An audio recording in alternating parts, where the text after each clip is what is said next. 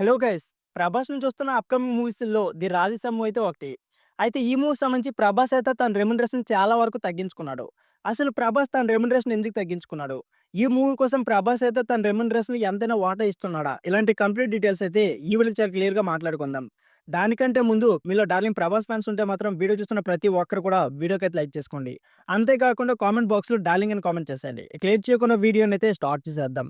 Pan India star 'Prabhas' అలాగే మారుతి కాంబినేషన్‌లో తెరకెక్కిస్తున్న రొమాంటిక్ హర్రర్ కామెడీ ఎంటర్‌టైన్‌మెంటే 'ది రాధేశ్యామ్'. ప్రస్తుతం షూటింగ్ దశలో ఉన్న ఈ చిత్రానికి ఈ ఏడాది డిసెంబర్ 5న రిలీజ్ చేయనున్నట్లు మేకర్స్ అయితే తాజాగా అనౌన్స్ చేశారు. అలాగే ట్రైలర్‌ని కూడా ఈ నెల 16వ తేదీన ఉదయం 10 గంటల 52 నిమిషాలకైతే విడుదల చేస్తామని వెల్లడించారు. ఇన్నాళ్ళు సరైన అప్డేట్ లేదని ఈ మూవీకి సంబంధించి మేకర్స్ ఇచ్చిన ప్రకటన ఫ్యాన్స్‌ని ఫుల్ ఖుషి చేస్తుంది. అయితే తాజాగా ఈ మూవీకి సంబంధించిన ఒక అప్డేట్ అయితే వైరల్ అవుతుంది. దీనికోసం ప్రభాస్ తన రెమ్యునరేషన్ భారీగా తగ్గించుకున్నారంట.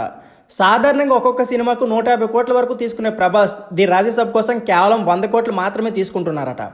ఆదిపురుష్ డిజాస్టర్ తర్వాత ప్రభాస్ తన రెమ్యునరేషన్ తగ్గించుకోవాలని అనుకున్నారట. ఈ సమయంలోనే ఈ ప్రాజెక్ట్ ఫైనల్ కావడంతో తన రెమ్యునరేషన్ కోత పెట్టుకున్నారట. దీంతో తనకు 150 కోట్లు వద్దని కేవలం 100 కోట్లు ఇస్తే చాలని నిర్మాత టీజీ విశ్వప్రసాద్కి అయితే చెప్పారంట. ఇకపోతే 2 ఏళ్ల క్రితం ప్రారంభమైన ది రాజసభ కూడా షూటింగ్ ఆలస్యం అవుతూ వస్తుంది. అన్ని అనుకున్న టైంకి జరిగితే ఈ పాటికి సినిమా అయితే థియేటర్ రిలీజ్ అయి ఉండాలి. కానీ ప్రభాస్ అయితే అనారోగ్యానికి గురి కావడం, ఇతర కారణాలతో షూటింగ్ అయితే ఆలస్యం అయితే వస్తుంది. ఇంకాస్త షూటింగ్ పార్ట్ అయితే మిగిలి ఉండడంతో సేఫ్గా డిసెంబర్ 5ని రిలీజ్ అయితే ఫిక్స్ చేసుకున్నారు. అయితే ప్రభాస్ రెమ్యునరేషన్ తగ్గించుకోవడంతో సినిమా ఆలస్యమైన కూడా బడ్జెట్ అయితే కంట్రోల్లో ఉందని, అందువల్ల నిర్మాతపై అదనపు ఆర్థిక భారం పడలేదని తెలుస్తోంది.